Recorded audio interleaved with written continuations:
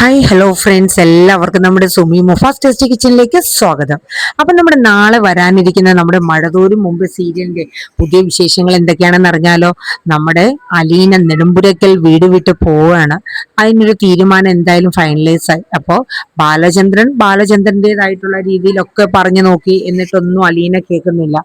കവിത പറഞ്ഞു, കൃഷ്ണമോള് പറഞ്ഞു, രോഹിത് പറഞ്ഞു, എല്ലാരും പറഞ്ഞു. പക്ഷെ അലീന ഒരു തീരുമാനം എടുത്താൽ അത് എടുത്തത് തന്നെ. കാരണം അലീന കാരണം നാളെ ഒരു ദിവസം എന്റെ അനുജനോ അനുജത്തിമാരോ പറയരുത്. അതായത് അലീന ചേച്ചി കാരണമാണ് ഞങ്ങളുടെ അമ്മ ഈ വീട്ടിൽ വരാത്തതും അച്ഛനും അമ്മയും തമ്മിൽ ബന്ധം വേർപിരിഞ്ഞത്. ആ ഒരു അവസ്ഥ കേൾക്കാൻ തനിക്ക് ഇഷ്ടമില്ലാത്തത് കൊണ്ട് തന്നെ അലീന ഈ ഒരു തീരുമാനം എടുത്തത്.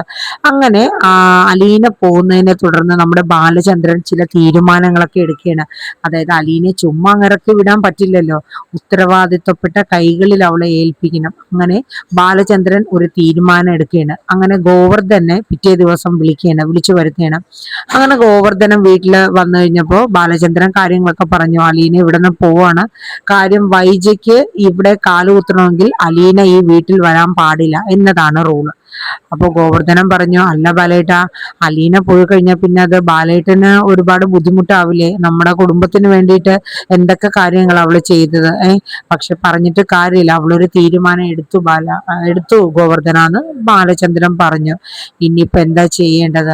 അങ്ങനെ ഗോവർദ്ധനം പറഞ്ഞു, എങ്ങോട്ടാ പോകണ്ടേ? നമുക്ക് നാളെ പോണം, നീലഗിരിക്കും അങ്ങനെ ഒന്ന് രണ്ട് സ്ഥലങ്ങൾ പറഞ്ഞു, നമുക്ക് പോണം എന്ന് പറഞ്ഞു. അപ്പം ഗോവർദ്ധനം പറഞ്ഞു, എന്തായാലും ഞാൻ വരാം, എനിക്ക് കുഴപ്പമില്ല ബാലേട്ട, ഞാൻ വന്നേക്കാന്ന് പറഞ്ഞു.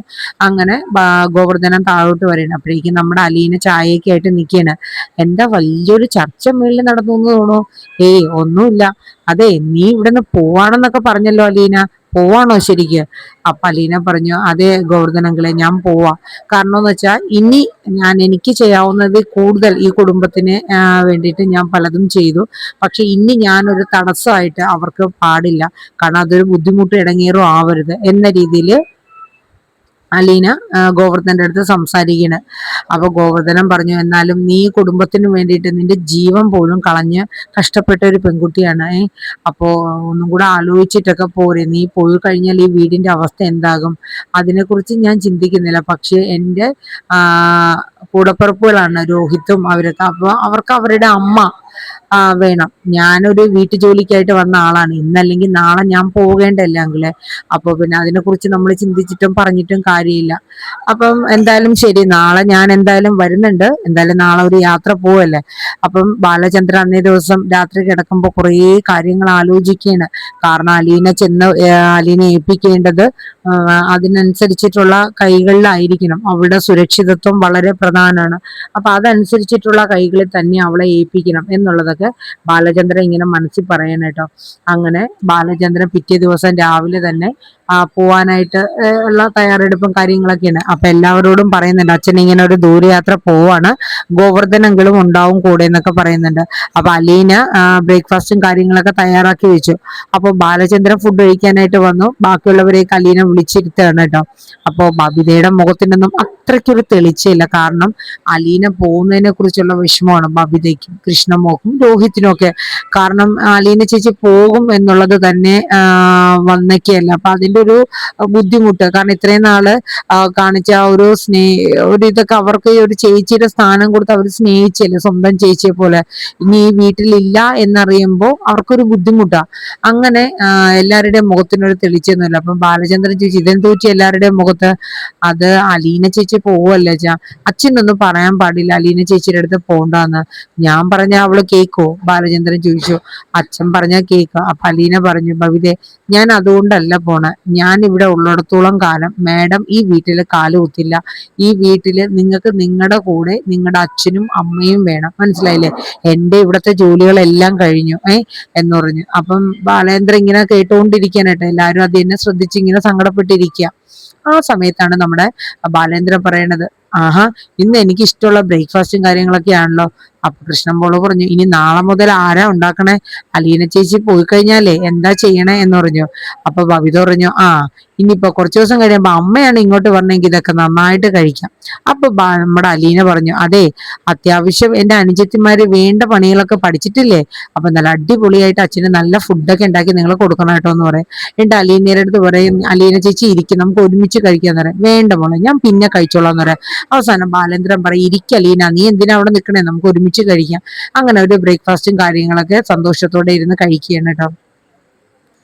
അത് കഴിഞ്ഞിട്ട് അലീന റൂമിലിരിക്കുന്ന സമയത്ത് അലീനയുടെ ഫോണില് നമ്മുടെ മനു വിളിക്കുകയാണ്, മനുശങ്കർ. അപ്പൊ ഹലോ എന്ന് പറയും. അപ്പൊ അലീന, മനുവേട്ടാ, അപ്പൊ എന്തെടുക്കാ നീ? അപ്പൊ പറഞ്ഞില്ല, ഞാനിവിടെ പണിയൊക്കെ കഴിഞ്ഞ് വെറുതെ ഇരിക്കുകയാണ്. അതെ, ഞാന് ഒരു കാര്യം നിന്നോട് ചോദിക്കാനായിട്ടാ. നിന്റെ തീരുമാനം എന്തായി അലീന? എന്തെങ്കിലും മാറ്റമുണ്ടോ? ഇല്ല മനുവേട്ടാ, ഞാൻ എന്ത് തീരുമാനമാണ് മാറ്റിയെടുക്കേണ്ടത്? എന്റെ കൂടപ്പിറപ്പുകളുടെ അമ്മ, അവർക്ക് ഞാൻ കാരണം നഷ്ടമാകാൻ പാടുണ്ടോ? ഒരിക്കലും പാടില്ല. അവരുടെ അമ്മയും അച്ഛനും അവരോടൊപ്പം തന്നെ വേണം, അതിനൊരു മാറ്റവും വേണ്ട. എനിക്ക് പിന്നെ എനിക്ക് വിഷമമുണ്ട്. എൻ്റെ അമ്മ, എൻ്റെ അച്ഛൻ, എൻ്റെ കൂടപ്പിറപ്പുകൾ എല്ലാവരും ഇട്ടേച്ച് പോകുന്നതിന്റെ ഒരു വിഷമം എനിക്കത് പറഞ്ഞറിയിക്കാൻ വയ്യ മനുവേട്ടാ. പക്ഷെ വേറൊരു സൊല്യൂഷനും ഞാൻ നോക്കിയിട്ട് ഇതിന് കാണുന്നില്ല. അപ്പൊ മനു പറഞ്ഞു, ബബിത എന്നെ വിളിച്ചിട്ടുണ്ടായിരുന്നു, മനുവേട്ടനെങ്കിലും ഒന്ന് അലീന ചേച്ചിയുടെ അടുത്ത് പറയാവോ പ്ലീസ് എന്നൊക്കെ പറഞ്ഞു. അവള് കുറെ, കാരണം പണ്ടത്തെ ബബിതയില്ല, അവൾക്ക് നിന്നെ ഒരുപാട് ഇഷ്ടമാണ്. അപ്പൊ അവളുടെ സ്വന്തം ചേച്ചിയെ പോലെയാണ് അവൾ കാണുന്നത്. അപ്പൊ നീ പോകുന്നത് അവർക്ക് ഒരിക്കലും താങ്ങാൻ പറ്റാത്തൊരു കാര്യമായിപ്പോയി. അങ്ങനെ അലീന അതൊക്കെ കേട്ടോണ്ടിരിക്കണം. അപ്പൊ മനു പറഞ്ഞു, നിനക്ക് നിന്റെ തീരുമാനം ഒന്നും മാറ്റാൻ പാടില്ലേ?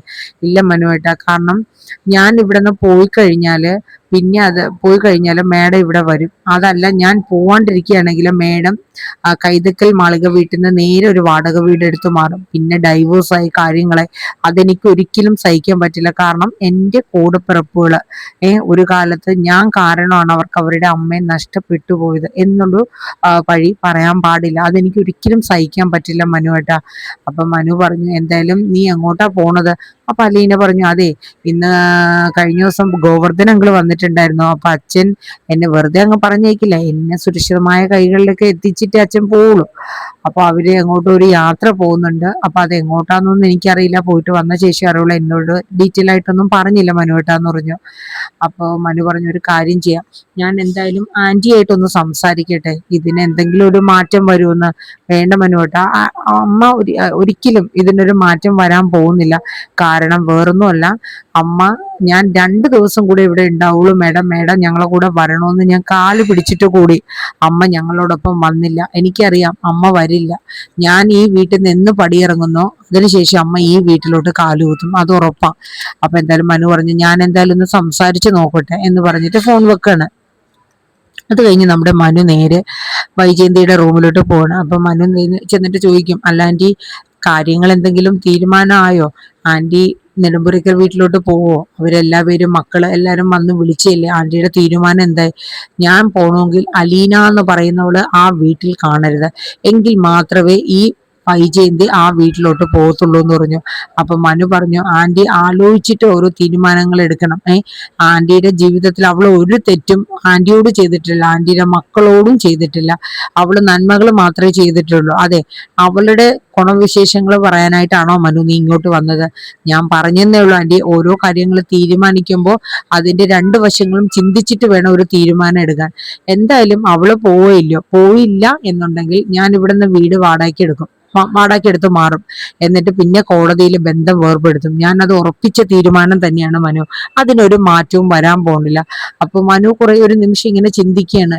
സ്വന്തം മകളെ മുൻനിർത്തിക്കൊണ്ടാണ് വൈജയന്തി ഈ വെല്ലുവിളി വിളിക്കുന്നത്. അതും സ്വന്തം ഭർത്താവിനോട് 22 വർഷം മുന്നേ ചെയ്ത ഒരു മഹാ അപരാധം അത് മറച്ചു വെച്ചുകൊണ്ട് തനിക്ക് അതിന്റെ പേരിൽ ഒരു കുഞ്ഞ് വന്ന് ഒരു കുട്ടി ഉണ്ടാവുകയോ അല്ലെങ്കിൽ എന്റെ മകളാന്നും പറഞ്ഞ് കയറി വരുമോ എന്നൊന്നും ചെയ്തിട്ടില്ല എന്നൊരു അഹങ്കാരത്തോടു കൂടിയാണ് വൈജയന്തി ഈ ഒരു തീരുമാനം എടുത്തിരിക്കുന്നത്.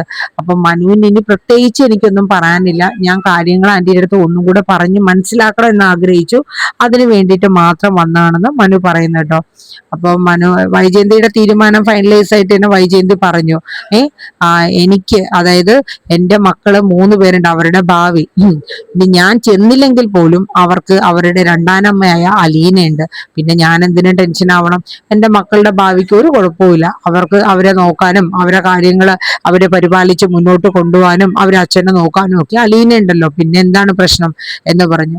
അപ്പോഴും മനു ഒരു നിമിഷം ചിന്തിക്കുകയാണ്, അലീന ആ പടി ഇറങ്ങിക്കഴിഞ്ഞാൽ ബാലചന്ദ്രൻ അങ്കിൾ എടുക്കുന്ന തീരുമാനങ്ങൾ എന്തായിരിക്കും? അപ്പോൾ വൈജയന്തിയുടെ അവസ്ഥ എന്തായിരിക്കും? എല്ലാ സത്യങ്ങളും സ്വന്തം ഭാര്യയോട് ബാലചന്ദ്രൻ പറഞ്ഞു കഴിഞ്ഞാൽ പിന്നെ ഒരു നിമിഷം ആന്റി ജീവിച്ചിരിക്കില്ല. ആ കാര്യം മനുവിന് ഉറപ്പാണ്. കാരണം ആന്റിയെ കൊണ്ട് അത് താങ്ങാൻ പറ്റില്ല. മറ്റുള്ളവരുടെ മുന്നിൽ ഇത്രയും ഒരു ഇത് നടന്നിട്ട് പിന്നെ അത് ഒരിക്കലും സഹിക്കാൻ പറ്റാത്തൊരു ഇത് തന്നെയാണ്. അപ്പൊ എന്തായാലും നമുക്ക് കാത്തിരിക്കാം. നാളത്തെ എപ്പിസോഡിൽ ഏകദേശ പ്രൊമോ ഇതൊക്കെ തന്നെയാണ്. എല്ലാവരും നമ്മുടെ വീഡിയോസ് ഒക്കെ ഒന്ന് കേൾക്കുക. അതോടൊപ്പം എല്ലാവരും ഒന്ന് ലൈക്ക് അടിച്ച് സപ്പോർട്ട് ചെയ്യണം കേട്ടോ. നമ്മുടെ ചാനൽ ആദ്യമായിട്ടാണ് വരുന്നതെങ്കിൽ ഒന്ന് എല്ലാവരും സബ്സ്ക്രൈബ് ചെയ്ത് വെച്ചോളൂ. അപ്പൊ നല്ലൊരു ശുഭരാത്രി പറഞ്ഞുകൊണ്ട് നിർത്തുന്നു. Tata, bye bye, take care, thank you.